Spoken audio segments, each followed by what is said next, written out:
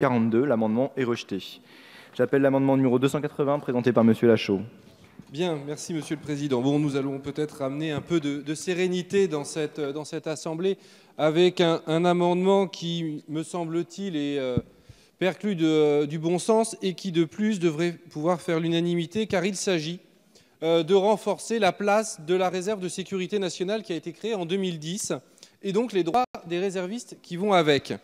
Cette réserve est constituée des réservistes de la réserve opérationnelle militaire, de la réserve civile de la police nationale, de la réserve sanitaire, de la réserve civile pénitentiaire et des réserves de sécurité civile.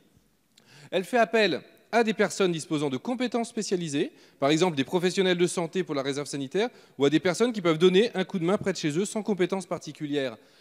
Et donc, ces réserves, elles sont aujourd'hui utilisées dans le cadre de l'opération Sentinelle. Il y a 600 réservistes qui, quotidiennement, participent à l'opération Sentinelle. 600. De la même manière, il y avait des réservistes qui ont été auprès des populations de nos territoires et départements d'outre-mer qui ont été frappés par les ouragans.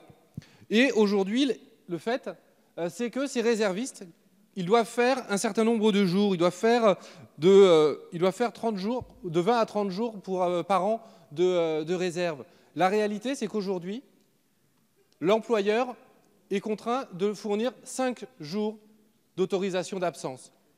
Le reste de ces jours effectués au service de l'intérêt général et au service des populations, les réservistes doivent les prendre sur leur congé. L'objectif de cet amendement est d'augmenter le nombre de ces jours, de passer de 5 à 20 jours de droit pour que ces réservistes puissent continuer à œuvrer au service de la nation et de l'intérêt général. Merci. Merci, messieurs les rapporteurs. Attends, il y a juste le rapporteur pour avis.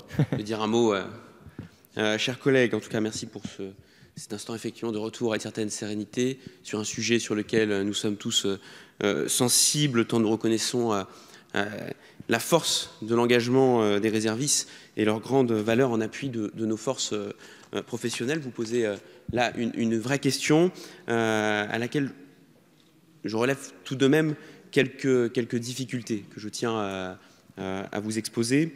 Tout d'abord, comme vous le précisez vous-même dans l'exposé de votre sommaire, enfin l'exposé sommaire de votre amendement, le nombre actuel de jours d'absence de droit ne constitue en aucun cas un plafond.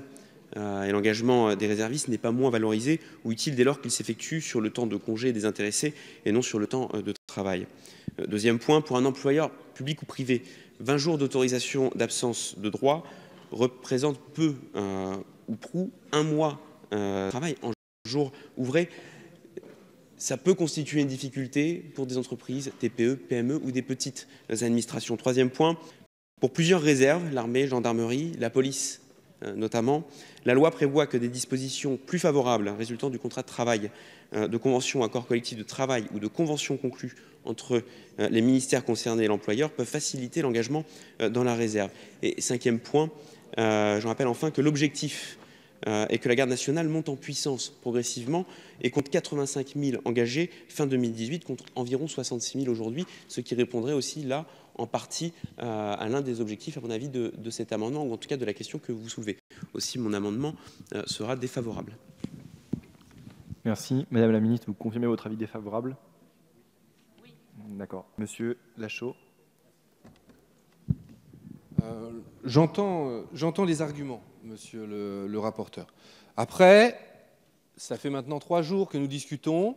J'ai cru comprendre que notre pays était soumis à une menace réelle et sérieuse et que tout le monde doit faire des sacrifices. Donc, y compris les employeurs. Donc, j'entends l'argument que vous dites. Dans le même temps, je pense que c'est aussi faire preuve d'esprit national, d'esprit patriotique, que de accepter cet amendement et donc de contraindre, oui, d'accord, contraindre les employeurs à accorder ces jours de congé. Mais parce qu'on ne peut pas non plus demander à tout le monde de le prendre sur ces congés qui sont aussi nécessaires pour que les réservistes soient efficaces dans leur activité de réserviste, hein, parce que s'ils n'ont pas de congé, ils ne peuvent pas renouveler leur force, et donc de fait, ils sont moins efficaces en tant que réservistes. Donc vraiment, je suis prêt à entendre des sous-amendements potentiels, mais vraiment, je ne comprends pas comment on pourrait quitter ce texte de loi sans avoir ne serait-ce qu'adressé un geste envers l'ensemble des réservistes de ce pays qui font que Sentinelle puisse exister, qui font que l'on peut faire fonctionner les services de secours sur Irma, sur Maria, etc. Donc vraiment, je ne comprends pas la réponse. Merci. Donc, monsieur le rapporteur. Je tenais juste à rajouter juste un petit mot. Je pense que nous pourrons revenir sur ce débat lors du texte sur lequel nous travaillerons, qui mettra en place le service national universel, ou en tout cas les réflexions qui porteront. Parce qu'il faudra bien faire des choix à un moment aussi entre le nombre de jours effectivement de service, entre le nombre d'engagés dans la garde nationale et comment mettre en place le service national universel. Voilà, tout étant lié. Merci. Non, monsieur Ruffin, il y a un interlocuteur de votre groupe, c'est déjà exprimé. Je vais mettre donc aux voix l'amendement numéro 280 et vous prie de bien vouloir regagner vos places.